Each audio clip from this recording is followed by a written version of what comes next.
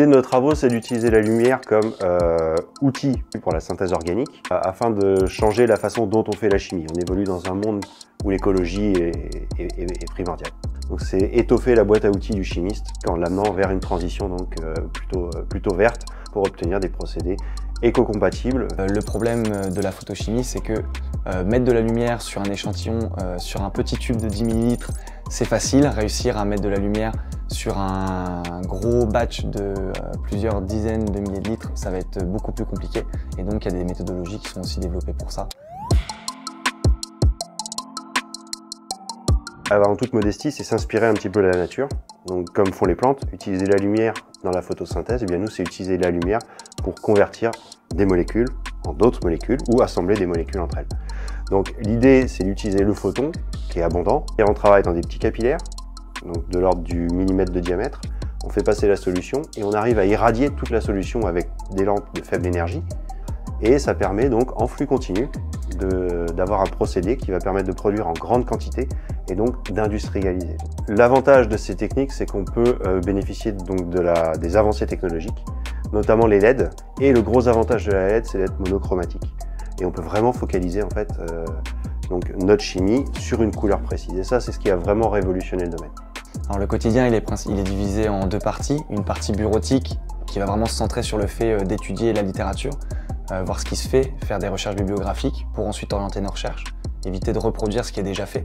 Et ensuite, l'autre partie, ça va être d'appliquer les idées qu'on a pu développer, les lignes directrices. Et là, c'est vraiment du travail avec les mains. Donc, préparer les réactions, les réaliser, les analyser et les purifier pour ensuite avoir des produits purs qui peuvent servir à appuyer nos recherches. On a une science qui est complètement fondamentale. Donc, on n'a aucune application aujourd'hui.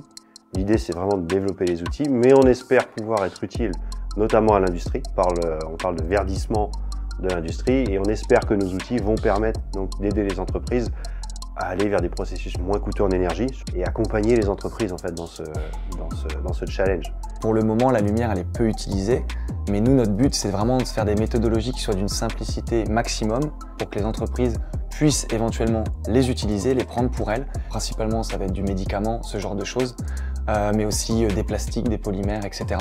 Et maintenant, l'application, elle va se faire aussi par une recherche donc, de montée en échelle. Le but, c'est de développer des outils tout de suite qui serviront probablement plus tard. C'est le cœur en fait, de notre métier. Ça peut paraître abstrait, mais ce qui est vraiment primordial en fait, dans la recherche. Ça a vraiment été des rencontres qui m'ont amené vers la recherche, l'envie de trouver des choses, l'envie de créer.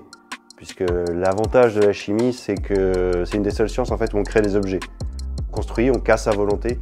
Donc à l'échelle moléculaire, des liaisons chimiques, c'est ça qui est assez passionnant en fait. Je me suis orienté vers des études de sciences, je me suis dit que l'ingénierie me plaisait énormément parce que ça couvrait beaucoup de sciences, il y avait vraiment de la compréhension.